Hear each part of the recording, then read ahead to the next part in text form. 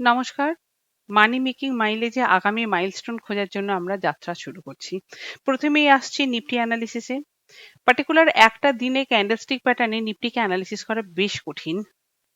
গতকাল নিফটি 24,670 থেকে 690 এই লেভেলটাকে দুবার সাপোর্ট নিয়েছিল।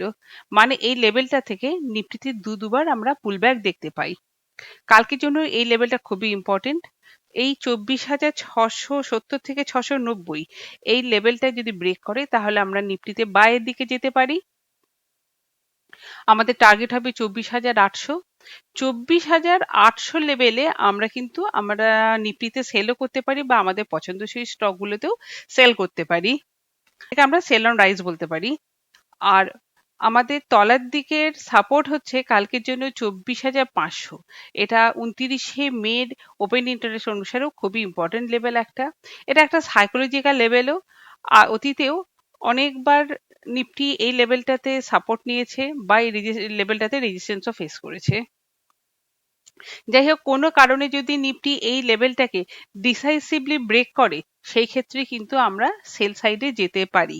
আমরা সেল সাইডে গেলেও আমরা কিন্তু আধ ঘন্টা কনফার্মেশনের জন্য ওয়েট করব। যে আজকে নিফটি ফিফটিতে আমরা যে ধরনের বেয়ারিশ সেন্টিমেন্টটা দেখতে পেয়েছিলাম, নিফটি মিড ক্যাপে বা নিফটি স্মল ক্যাপে কিন্তু সেই বেয়ারিশ সেন্টিমেন্ট অতটা লক্ষ্য করা যায়নি। আর এই দুটো সেক্টর স্টক স্পেসিফিক অ্যাকশন বা চেরি পিকিংও ভালোই দেখা গেছে। আমাদের প্রথম স্টক ছিল গতকালের Gland Pharma. Gland Pharma first ক্যান্ডেলেই আমাদের টার্গেট অ্যাচিভ করে যায়।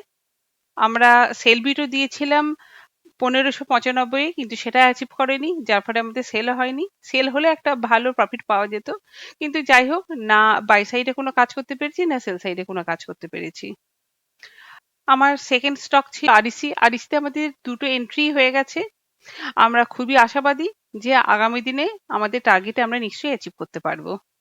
আর লাস্ট পিক ছিল গ্রিন প্যানেল। গ্রিন প্যানেল অবশ্য করি এটা কন্ডিশনাল বাই ছিল, কিন্তু সেই কন্ডিশন ফুলফিল না হওয়ার জন্য আমরা গ্রিন প্যানেলে কোনো এন্ট্রি নিতে পারিনি।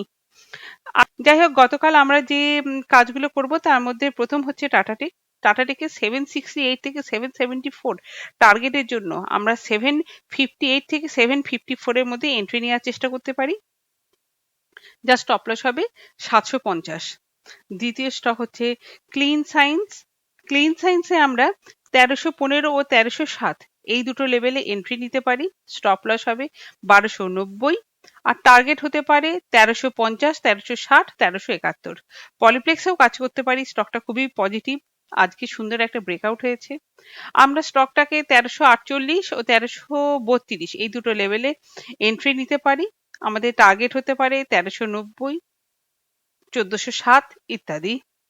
আর স্টপ লস হবে পলিপ্লেক্সে